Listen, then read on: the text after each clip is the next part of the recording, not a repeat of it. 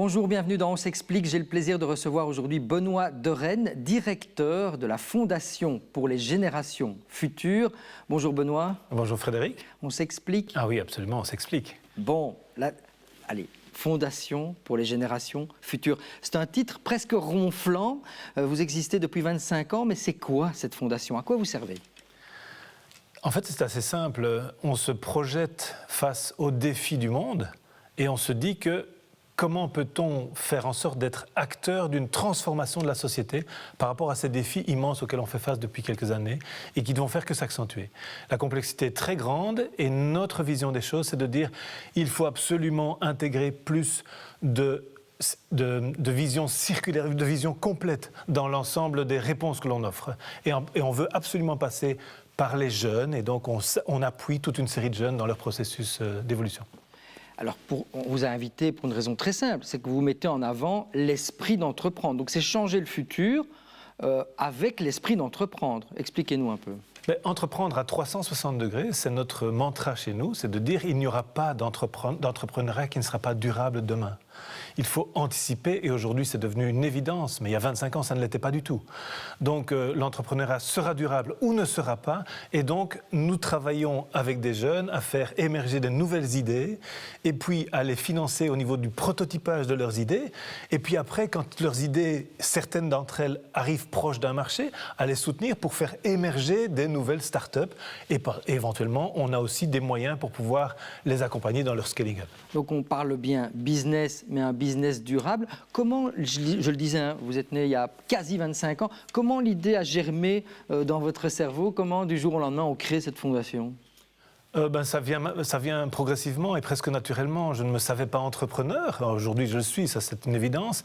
J'ai fait des études en histoire, en économie, j'ai fait de la recherche en économie, et puis j'ai travaillé à la Fondation Roi-Baudouin à l'époque, et puis quelque part j'ai attrapé, lorsque j'étais là-bas, le virus parce que j'étais responsable du Fonds des jeunes entrepreneurs et du Fonds de l'environnement. Et en croisant tout ça, eh bien, à un moment donné, très naturellement, je me suis dit, voilà, il faut aller au-delà de ce que l'on fait déjà, il faut aller beaucoup plus loin, et donc créer une fondation qui serait complètement orientée vers un monde durable et qui fait place aux jeunes dans leurs idées et leurs réalisations. Voilà, c'était mon rêve. Alors, ce qu'on a oublié de dire, c'est que effectivement, vous êtes une PME, vous employez une quinzaine de personnes. Et on engage. Vous engagez, on y reviendra. Vous soutenez, c'est quand même, il y a une vocation philanthropique. Mais comment vous vous financez, alors vous, personnellement, pour payer ces 15 personnes? Eh bien, donc c'est un match entre des donateurs, des mécènes, des partenaires industriels et éventuellement quelques subsides, mais sur projet. Donc on a une très grande majorité d'apports privés et ça vient du fait que les gens s'associent à nos objectifs à long terme et que on a, par exemple, dans le monde du partenariat industriel, on a d'abord des boîtes qui sont alignées sur nos valeurs, qui elles-mêmes recherchent des jeunes pour leurs propres ressources humaines, qui recherchent des valeurs. Et donc il y a une sorte de cercle vertueux qui peut se créer entre nos propres partenaires et la Fondation, ce qu'elle fait, et les jeunes qui sont attirés par ces valeurs. Alors rentrons dans le business model, dans le concret, au quotidien. Comment vous fonctionnez? Vous faites des appels à projets, vous retenez des candidatures, il y en a qui sont sélectionnés, comment, pourquoi? Alors, on travaille à plusieurs étapes, comme je l'ai dit tout à l'heure. On commence au niveau de l'idéation. Alors, au niveau de l'émergence. C'est quoi l'idéation? L'idéation, c'est un néologisme. C'est un néologisme que j'aime parce qu'en fait, ça permet de comprendre que rien ne naît avant l'idée. Donc, il faut vraiment que les jeunes se disent, tiens, moi j'ai vraiment une idée, ça converge vers quelque chose. Comment est-ce que je peux faire en sorte que cette idée aille plus loin? Alors, soit ça peut être une idée, une analyse théorique qui permet de dire, tiens, il y a un modèle en place dans le monde dans lequel on vit et je l'analyse, je le déconstruis, je le reconstruis. Ou bien alors, j'ai une idée très concrète, comme par exemple Chloé Ponsard, qui avait une idée très concrète de dire les carrières wallonnes pourraient devenir des puits de ressources énergétiques.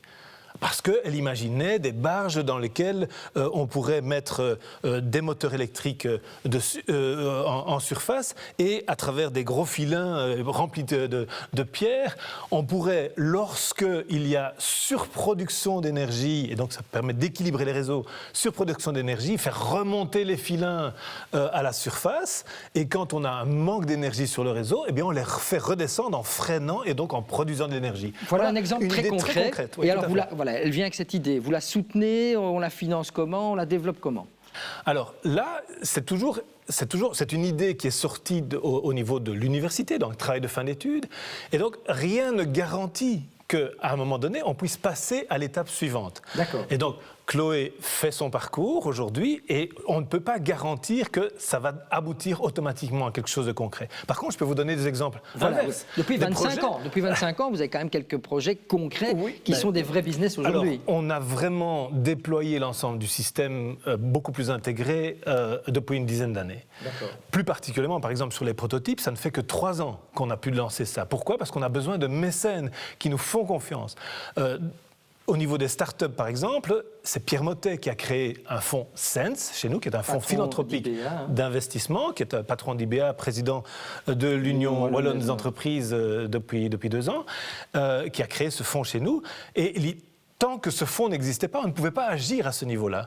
Et donc, en quelque sorte, c'est plus l'attractivité de l'action de la Fondation est grande, plus le nombre de mécènes décident de collaborer avec nous, plus on agit très fort sur le terrain. Donc, concrètement, une idée comme celle de Tulipal. Tulipal, c'est un nettoyeur de cups menstruels.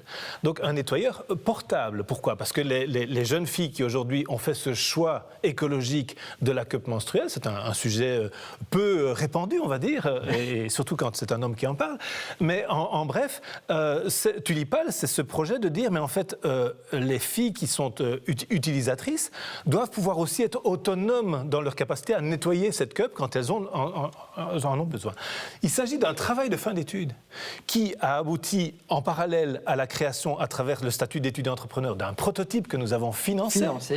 Et aujourd'hui, ce prototype, il s'est tellement rapproché d'un marché concret que nous le finançons en précide dans le cadre du fonds SENS. Donc, il sera commercialisé ou il est déjà commercialisé ? Il sera commercialisé. Pour l'instant, ils ont, classique dans le monde industriel, ils ont un problème de mise en industrialisation. Et donc, en fait, le prototype fonctionne, mais ils n'arrivent pas à trouver le bon partenaire. Oui, donc, ce n'est pas un long fleuve tranquille, on le sait. Mais concrètement, ça veut dire que chaque année, vous examinez combien d'idées ou combien de projets, et il y en a combien qui sont sélectionnés ? Alors, plus de 25 projets au niveau des idéations. Oui. Plus de, donc en termes de lauréats, de primés par la Fondation, plus de 11 projets au niveau des prototypes et en moyenne entre 3 et 4 startups. Alors il faut rappeler aussi que vous avez quand même une dimension nationale, vous n'êtes pas à l'échelle wallonne.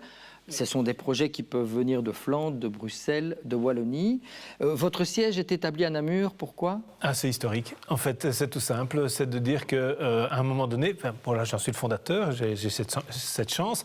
Je suis namurois, carolo-genevois pour être extrêmement clair, oui. Mais je suis namurois d'adoption. Et donc, quand on lance une start-up, et c'était mon cas lorsque j'ai lancé la Fondation, on a très peu de moyens et donc je n'allais pas commencer à passer du temps dans les transports pour aller rejoindre Bruxelles où tout se passe soi-disant et donc on a créé la Fondation à Namur.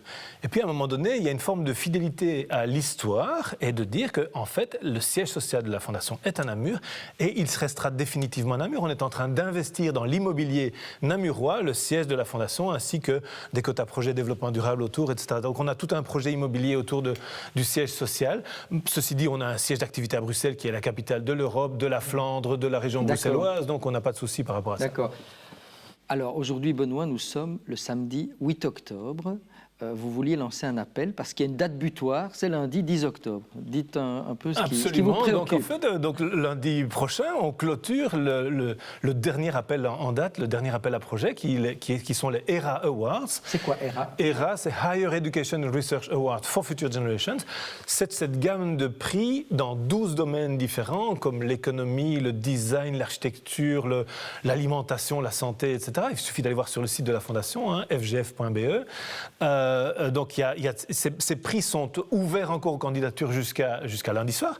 Et donc, ceux qui se lanceraient en se disant « mais tout compte fait, je viens de remettre un travail de fin d'études de niveau master dans une de ces catégories, je peux encore candidater. Il suffit de remplir le dossier et de nous envoyer les documents finaux. » On sait que la moyenne de réception des dossiers, c'est toujours quelques minutes avant minuit, donc n'hésitez pas. Il y a un engorgement. Et donc, vous attendez à combien de projets, là ?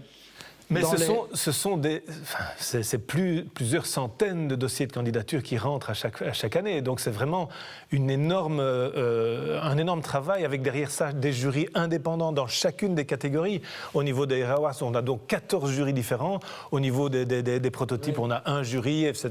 Donc on a vraiment la machine qui va derrière. C'est pour ça que nous sommes aussi nombreux pour être efficaces sur le terrain.